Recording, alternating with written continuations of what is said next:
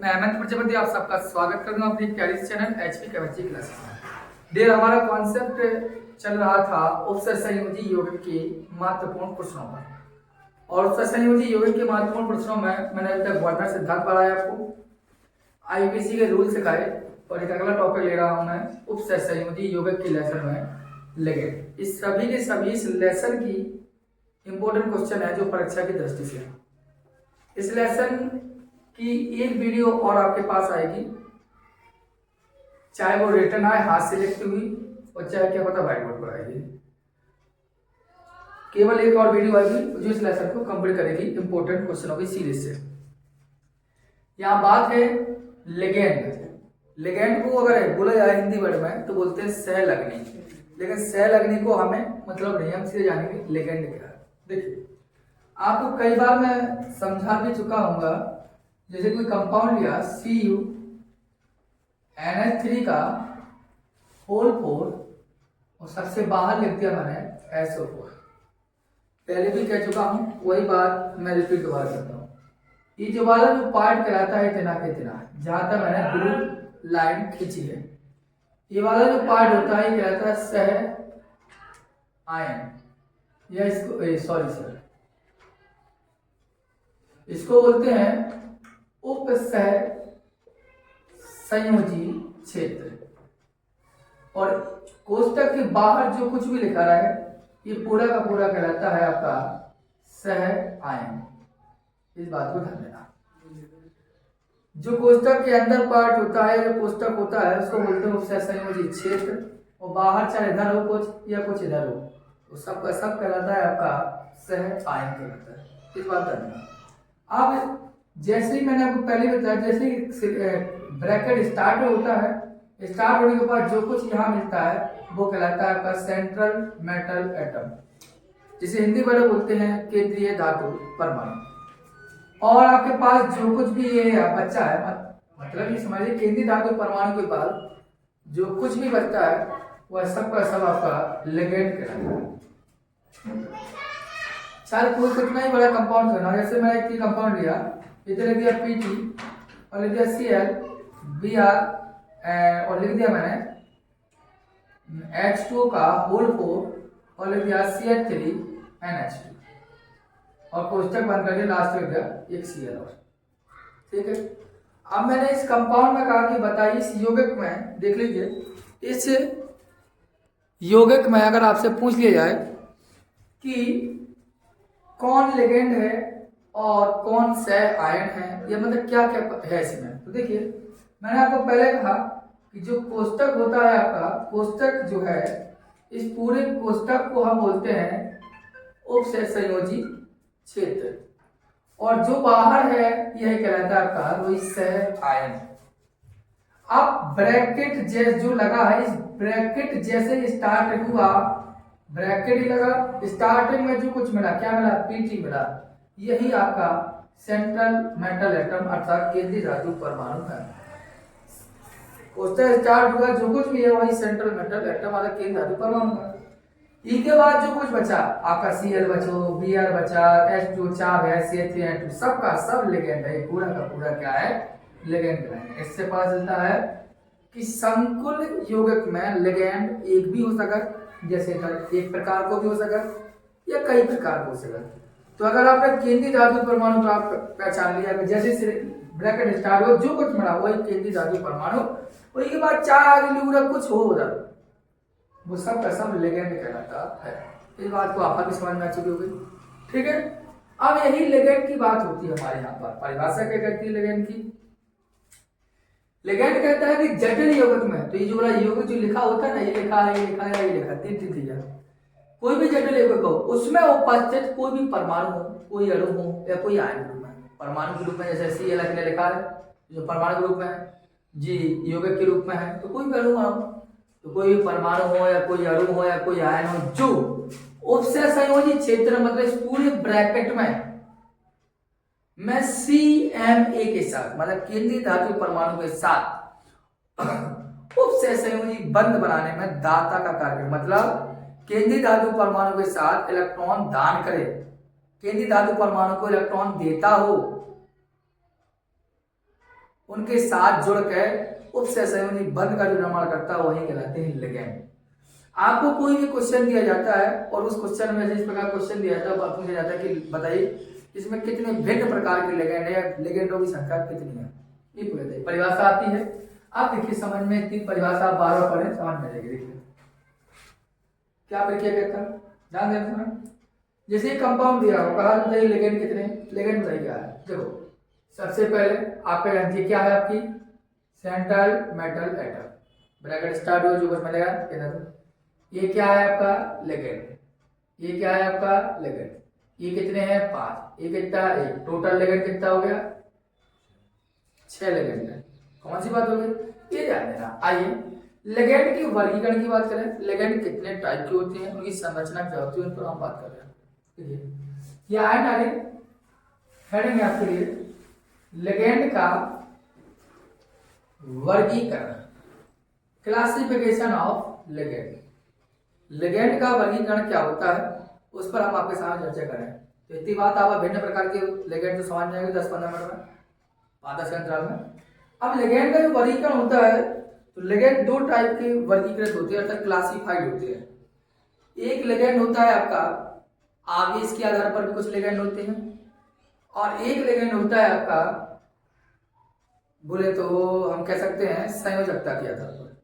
आवेश मतलब धनावेश, आवेश मतलब ऋणावेश, आवेश मतलब उदासीन, कोई आवेश ना हो। संयोजकता, एक संयोजकता है कि 2 संयोजकता है कि बहुत सारी संयोजकता, इस आधार पर बैलेंसिंग कितनी है जिसे हम बोलते हैं डेंसिटी। ठीक है, आप ध्यान देना लिगेंड का वर्गीकरण की बात करें, पहला वर्गीकरण हम लेते हैं आवेश के आधार पर, लिख लेना अपना आवेश के आधार पर, on the basis of charge.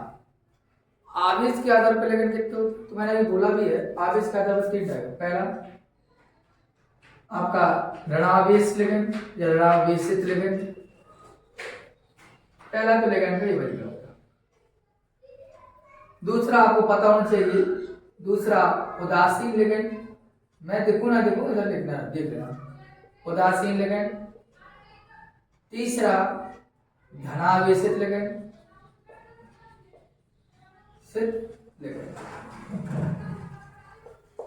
ये बात है। मतलब आवेश के आधार पर लेकिन 3 टाइप के हो सकते हैं डेंसिटी जी के आधार पर। ऋणावेशित भी होते हैं, उदासीन भी होते हैं और धनावेशित भी होते हैं। ऋणावेशित लेकिन कौन कौन हो सकता, मतलब जिन जिन पर समझ लेना, जितने जिन जिन पर माइनस चार्ज है आपका वे सब के सब ऋणावेशित लेकिन होते हैं।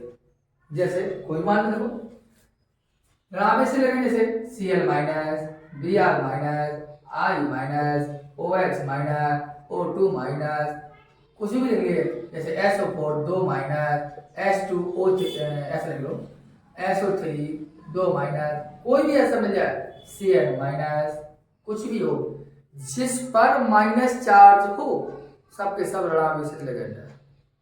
हमारी पर अगर माइनस चार्ज मतलब हम भी ऋणावेशित लिगेंड है।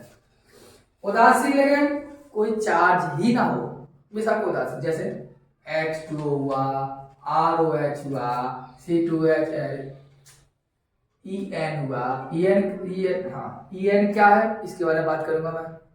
EN मतलब एथिलीन डाइअमीन, अभी अच्छे से डिटेल बात करूंगा।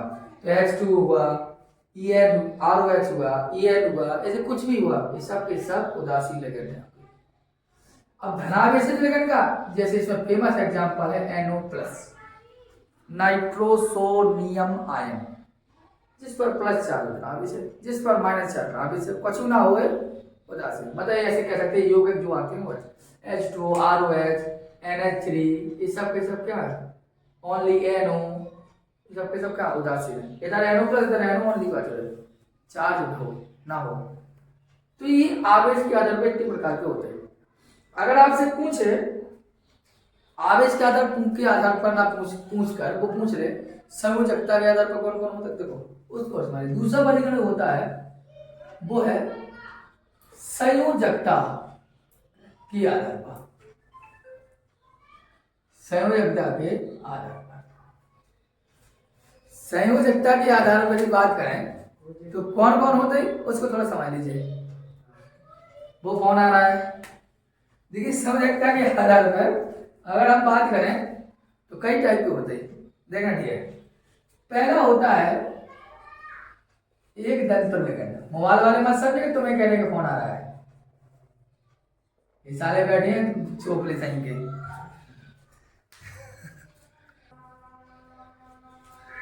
देखिए उसको रख देखा बार पर एक दंतुल लिगेंड क्या है, मतलब समझता के आधार पर देखो समझता है भाई एक दंतुल लिगेंड क्या होते हैं। ठीक है, एक दंतुल लिगेंड का मतलब होता है जो एक दाता परमाणु रखते हैं, जो एक दाता परमाणु रखते हैं, मतलब जिनके पास ओनली एक इलेक्ट्रॉन युग्म दान करने के लिए हो, तो वो रहता है आपका एक दंतुल लिगेंड। जैसे हमारा इसके अंतर्गत कौन कौन आते हैं इसको पता जरूर है। इसके अंतर्गत सभी के सभी जो उदासीन लिगेंड है, या इसके अंदर जितने भी ऋणावेशित लिगेंड है, ऋणावेशित लिगेंड, ये सब के दोनों लिगेंड मतलब उदासीन लिगेंड और ऋणावेशित लिगेंड, ये दोनों प्रकार के लिगेंड एक दंतुल के अंतर्गत आते हैं। अर्थात हम कहते हैं NH3 क्या है, एक दंतुल लिगेंड। हमने कहा Cl- क्या है, एक दंतुल लिगेंड। हमने कहा Cn क्या है, एक दंतुल लिगेंड। हमने कहा ROH क्या है, एक दंतुल लिगेंड। हमने कहा EN नहीं, NH3 क्या है, एक दंतुल लिगेंड। NO क्या, बस EN नहीं है, एक दंतुल लिगेंड। इसको जरूर मान के चलना, EN एक दंतुल लिगेंड नहीं है। बार बार रिपीट करता हूं, आपको भी करता हूं, EN एक दंतुल लिगेंड नहीं है, द्विदंतुल लिगेंड। यहाँ पे उदासीन के लिए आपको समझाया था। लगभग में सभी उदासीन लिगेंड और सभी ऋणावेशित लिगेंड एक दंतुल लिगेंड की श्रेणी में आते हैं, जो एक दाता परमाणु दान करता है। तो मैं एग्जांपल लिखने आ सकता है ना, जी तो सभी और 1 2 3 4 ये सब के सभी दंतुल है। NH3 हुआ, ROH हुआ, H2 हुआ, NO हुआ, Cl, Br, I, OH सब के सभी दंतुल। देखिए अब देखिए दूसरी प्रक्रिया है द्विदंतुल लिगेंड। द्विदंतुल लिगेंड का द्विदंतुल लिगेंड का मतलब है जिसके पास दो दाता परमाणु होता है। मतलब द्विदंतुल लिगेंड मतलब है जो दो दाता परमाणु होता है। मैं ये बातें नहीं बता रहा हूं कि दंतुलता का मतलब क्या है, केवल हमने इस लेसन की इस मनी सेकेंड लास्ट वीडियो है इंपोर्टेंट क्वेश्चन की, जिनमें 2-3 वीडियो कंप्लीट हो चुकी है। अगली वीडियो एक वीडियो और आएगी आपकी, और ये लेसन के सभी इंपोर्टेंट पॉइंट कंप्लीट हो चुके हैं। केवल इतनी ही चीजें पढ़ना है खास चौपड़ लगा, तो ये लेसन पूरा आपका कंप्लीट है। ठीक है, द्विदंतुल लिगेंड कौन कौन है उसको और समझ लेंगे। देखिए द्विदंतुल लिगेंड होगा क्या आपका, ध्यान से सुनना। द्विदंतुल लिगेंड जो दो दाता परमाणु रखता है वही द्विदंतुल लिगेंड है। जैसे एग्जाम्पल में बात करें तो EN जिसे बोलते हैं sir ethylene diamine, ethylene diamine. ठीक है, जैसे हमने कहा OX का मतलब होता है ऑक्जेलेट। जैसे हमने कहा GLY जिसे बोलते हैं ग्लाइसिनेटो। जैसे हम कहते हैं AC सिंगल मतलब AC जिसे बोलते हैं एसीटोनेटो। ये सब के सब चार जो कंपाउंड लिखे हैं ये सब के सब द्विदंतुल लिगेंड है। Ethylene diamine, oxalate, glycinato, acetylacetonato. Example देखना है इनका, देखो एथिलीन का मतलब क्या होता है CH2 double bond CH2। Ethylene का मतलब ये होता है। डाई का मतलब क्या होता है दो, एमीन का मतलब क्या होता है NH2 मतलब दो ठैया NH2 डाइएमीन। तो बॉन्ड हटा दो, एक NH2 यहाँ लगा दो, एक यहाँ लगा दो, तो बन गया एथिलीन डाइएमीन। ऑक्जेलेट लेट कैसे बनता है, देखो C double OH single bond C double OH, ये कहलाता है ऑक्जेलेट। दोनों के H हटा दो और दोनों में माइनस लगा दो तो कहने लगा ऑक्जेलेटो। सीधी सीधी बात। ग्लाइसिनेटो क्या है भाई, कोई रखना है GLY है ना, कुछ नहीं करना भैया। CH2 single bond NH2 single bond C double minus जो ग्लाइसिनेटो। ठीक है, एसिटिलेसिनेटो जो बना है वो बना है एसिटिल क्लोराइड के साथ। देखिए CH3 single bond C double bond हो और इधर लगा दो Cl तो हो गया एसिटिल क्लोराइड। लेकिन एसिटिल लिख लो नहीं जाना, एसीटोनेटो, तो एस्टर लिख दीजिए। एस्टर क्या, single bond CH, double bond C और इधर का कर दिया O माइनस और क्या हो जाएगा CH3। मेरे हिसाब से यही होता होगा, ठीक है। ये आपके लिए होगा एसिटिल एसीटोनेटो। ये आपका बनेगा बैलेंस पूरी है 1 2 3 4 1 2 3 4, ये देखिए 2 3, तो ये माइनस ये कराएगा एसिटिल। ये कहलाते हैं संयोजकता के आधार पर। लेकिन एक संयोजकता के आधार पर आपके पास बचा है, उसको समझ लीजिए, जिसे बोलते हैं पॉलीदंतुल लिगैंड। इसके बाद एक परिभाषा और समझाऊंगा, समन्वय संख्या कैसे निकाली जाती है। लिगैंड इसलिए पढ़ाया जा रहा है क्योंकि समन्वय संख्या निकालना आता है पेपर में। समन्वय संख्या कैसे निकालते हैं, पहले एक चीज समझिए, इसको देख लीजिए आप अच्छे से। अब मैं एक लास्ट पॉइंट बता रहा हूं, फिर आगे बात करता हूं आपसे निकालना कैसे है।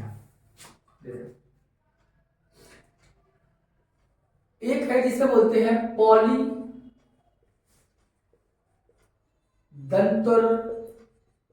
लिगैंड। पॉलीदंतुल लिगैंड का मतलब है जिसके पास 2 से अधिक दाता परमाणु, 2 से अधिक दाता परमाणु हो। एक बात, जिसके पास 2 से अधिक दाता परमाणु हो उन्हें बोलते हैं पॉलीदंतुल लिगैंड। इसके बारे में जैसे एग्जाम्पल मोस्ट फेमस है जिसे बोलते हैं EDTA। जैसे वो ई का मतलब, ई बोले तो एथिलीन, ना सुनना एथिलीन, ई बोले तो एथिलीन डाइएमिन। टी का मतलब होता है टेट्रा, सही लिखा, एथिलीन डाइएमिन टेट्रा। ए का मतलब होता है acetate, ethylene diamine tetra acetate. ये बदलना क्या होगा आपको, एथिलीन डाइएमिन टेट्रा एसीटेट होगा। ये संरचना देखना तो क्या देखेंगे, एथिलीन का मतलब क्या, CH2 double bond CH2, ethylene का मतलब ये होगा। अब डाई का मतलब 2, एथिलीन का मतलब C2H4, डाई का मतलब 2, M का मतलब NH2, तो क्या सिंगल बॉन्ड हटाओ NH2 लगाओ, सिंगल बॉन्ड हटाओ NH2 लगाओ, तो एथिलीन डाइएमिन लगाओ। टेट्रा का मतलब 4, एसीटेट का मतलब है CH3COO-, तो टेट्रा मतलब 4 दे, तो 2 इधर से हटा दो, 2 ठीक इधर लगा दी, 2 इधर से हटा दो, 2 ठीक इधर लगा दो, बस हो गया खत्म। क्या करना है, कुछ नहीं, CH3COO-, CH3COO-, टेट्रा टाइम्स है ना, तो CH3COO-, CH3COO-। मैं देखो ना, तो ये देखना चाहिए। अब आप बैलेंस ही देख लो, किसी की कम हो ज्यादा होगी, देखो इस कार्बन की बैलेंस देखो कितनी है, एक तो ज्यादा लग जाएगी और 3 ये हो गई 4, ये जोड़ो जोड़ो 5, जैसे तो एक हाइड्रोजन हटा जाता, इधर टोटल केवल 2, इधर टोटल 2, इधर टोटल 2, इधर टोटल 2, मतलब बैलेंसिंग के हिसाब से ये बन गया आपका एथिलीन डाइएमिन टेट्रा एसीटेट। आशा करते हैं इतनी बात आपको ब्रेन में बैठ चुकी होगी। अब हम चलते हैं समन्वय संख्या पर, लिख लीजिए। देखिए अब एक लास्ट टॉपिक है लिगैंड के बाद समन्वय संख्या। लिगैंड सिखाने का मेन उद्देश्य यही था कि आपको समन्वय संख्या निकालना सीखे, क्योंकि ये निश्चय समझ लीजिए 1 नंबर की कोऑर्डिनेशन नंबर, ये जिसे आप बोलते हैं उपसहसर्मी संख्या निश्चय दी जाती है। इसलिए लिगैंड बताने का मकसद की वजह था कि समन्वय संख्या जान लीजिए आप। देखिए समन्वय संख्या को दूसरा नाम होता है उप संयोजी संख्या, और इसको हम CN से लिखते हैं। CN का मतलब साइनाइड नहीं है ना, CN का मतलब कोऑर्डिनेशन नंबर, समन्वय संख्या है, हिंदी वाले बोल दो। समन्वय संख्या होती क्या है, नॉर्मल भाषा में समन्वय संख्या है, नॉर्मल भाषा समन्वय संख्या है तो जो लिगैंड केंद्रीय धातु परमाणु के साथ, जो भी लिगैंड केंद्रीय धातु परमाणु के साथ, जो भी लिगैंड केंद्रीय धातु परमाणु के साथ जितना उपसहसंयोजी बंध बना ले, वो इसकी समन्वय संख्या कहलाती है। देखिए लिखा भी किसी संकुल या कोई भी जटिल योग, जिस प्रकार के योग संकुल योग जटिल योग कहते हैं कि मैं केंद्रीय धातु परमाणु लिगैंड के साथ जितने उपसर्ग संयोजी बंध बनाता है वो है समन्वय श्रृंखला कहलाती है, या उसे सीएनओ। मतलब केंद्रीय धातु परमाणु के साथ अगर लिगैंड जितने उपसर्ग संयोजी बंध बनाएगी वो इसकी समन्वय श्रृंखला कहलाती है। निकालती कैसे? पिछले साल में 4, 5, 6, 7, 8 एग्जाम्पल लिखे हैं और बाकी प्रैक्टिस आप खुद करेंगे। यहाँ बार लिखे देखिए, हमने कहा इस कंपाउंड के लिगेंड में, पहले तुम लिगेंड छोड़ो, ये बताइए आप इसमें केंद्रीय धातु परमाणु कौन है? आपने जाना Na, इसमें Fe, इसमें Pg, इसमें Fe, इसमें Fe, इसमें Pg, इसमें Fe, इसमें Cu। ये क्या रहेगा? Cu, क्योंकि ब्रैकेट स्टार्ट हुआ, जो कुछ मिला वही केंद्रीय धातु परमाणु। अब क्या समझ सकते होगी? केंद्रीय धातु परमाणु के बाद जो कुछ भी बचता है वही सबका सब लिगेंड होता है। अगर समन्वय श्रृंखला निकालने सबसे पहले पता लगाओ लिगेंड कहाँ है, तो पता लगा ये केंद्रीय धातु परमाणु, देखा तो लिगेंड बगल में छिपा है। लिगेंड कितना है? 4 है। लिगेंड कैसा है? एक दंतुर। लिगेंड कैसा है? एक दंतुर। तो 1 का गुणा कर दीजिए 4 में, तो टोटल समन्वय श्रृंखला कितनी निकली? टोटल समन्वय श्रृंखला निकली 4। दोबारा समझ आ रहा हूँ, समझ में? सबसे पहले देखिए लिगेंड कितने हैं। लिगेंड कितना है? NH3 है। NH3 कैसा लिगेंड है? एक दंतुर। तो 1 को गुणा कर दो 4। जैसे ये केंद्रीय धातु परमाणु H2 कैसा है? लिगेंड एक दंतुर, तो 1 को गुणा कर दो 6 में से ओनली 6। दोबारा समझना है। Ag क्या है? केंद्रीय धातु परमाणु। Cn क्या है? एक दंतुर लिगेंड, तो 1 को गुणा कर दो 2 में से ओनली 2। ठीक। Fe क्या है? केंद्रीय धातु परमाणु। En क्या है? एक दंत लिगेंड, लेकिन En कैसा? एक दंतुर नहीं है, ये En है जिसे बोलते हैं एथिलीन डाइएमीन। एक दंतुर नहीं है, 2 दंतुर लिगेंड है, तो 2 को गुणा करो 3 में से टोटल आ गई 6। बाहर क्या है हमें उससे मतलब नहीं। En 2 दंतुर लिगेंड, 2 को गुणा करो 3 में 6। आ देखो यहाँ केंद्रीय धातु परमाणु, लेकिन समान संख्या कितनी हो गई? CO क्या है? एक दंतुर लिगेंड, 1 को गुणा 5 में टोटल। En क्या है? एक दंतुर लिगेंड। En कितना है? 9, 2 दंतुर लिगेंड। En कितना है? 2 दंतुर। तो 2 को गुणा करो 2 में कितना है? 2। कितना है? 2 नहीं, अरे यार 4। कितना है? 4 प्लस, आपको प्लस क्यों लगाया? अरे Cl भी तो लिगेंड है। Cl क्या है? एक दंतुर लिगेंड, 1 गुणा 2 तो कितना होनी? 2। तो टोटल कितना आ गया? 6 है। En 2 दंतुर लिगेंड, तो 2 को गुणा 2 में से 4, और Cl एक दंतुर, तो 1 गुणा 2 से 2, 4 2 6 टोटल। यहाँ Fe क्या है? किधर? ये क्या है? एक दंतुर।